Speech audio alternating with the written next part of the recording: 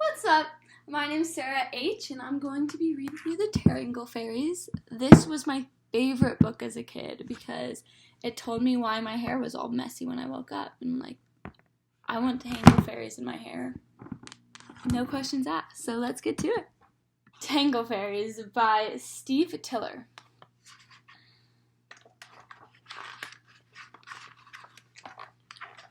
Okay.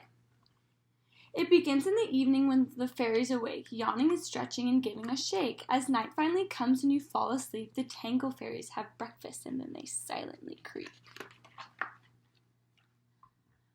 Out of their hiding places around the bed, they slowly squeeze from the mattress and spread. Checking to make sure that you are asleep, they tiptoe around and hide like Tom Peep.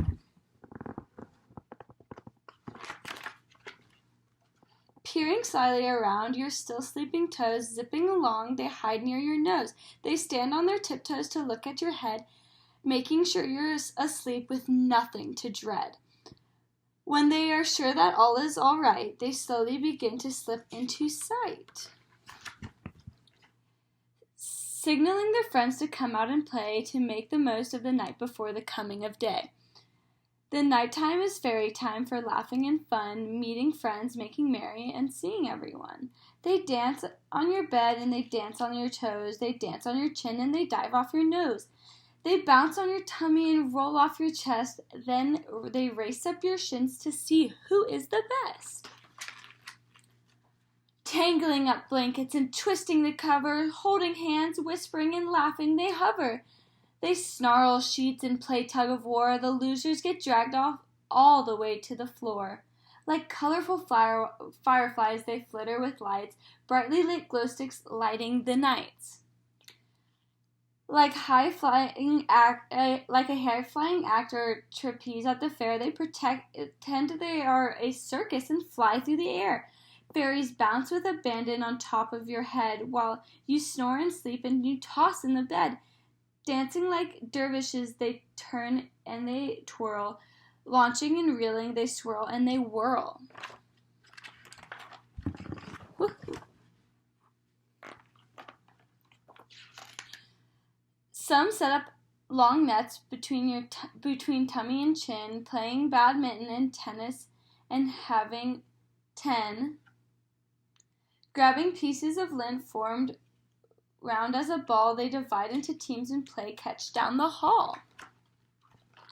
Fairies play dress up and put feathers in their hair, shooting stick-em-up arrows that fly everywhere. Hooting and hollering, they yell and they call, playing cowboys and Indians, pretending to fall. Off make-believe cliffs of your shoulders and heads, holding their sides, shrieking, pretending they're dead. Fairies pull down your covers to make you get cold, jiggling your earlobes and getting real bold. They sit on your arms and tell terrible old jokes, laughing themselves silly till they're ready to choke. Some make you turn over using your back. They pretend they are hikers with staffs and a pack. Others tangle your hair bows and ribbons and things, twist your hair into elf locks, using it for swings. Form imaginary drawbridges, castles, and slides. Make caves in your hair and places to hide. Some mat it and knot it and weave it like little beds. Others sew clothes from the hair on your head.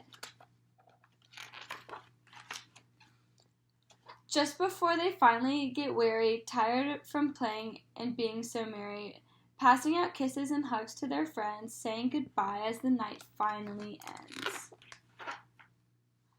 The fairies stream back to their own hidden beds under the mattress and in the hair on your head, rubbing their eyes and rolling your hair around pint-sized pixies who shouldn't be there. Settling down for the day as you get up from the night, leaving your hair in a mess as it begins to get light. So if you're wondering about the tangles in hair as you brush in the morning, finding knots everywhere, it's only the Tangle Fairies climbing in bed, snuggling up close in the hair on your head. The end. So, here's 2 questions for you. When do the Tangle Fairies get up and start playing?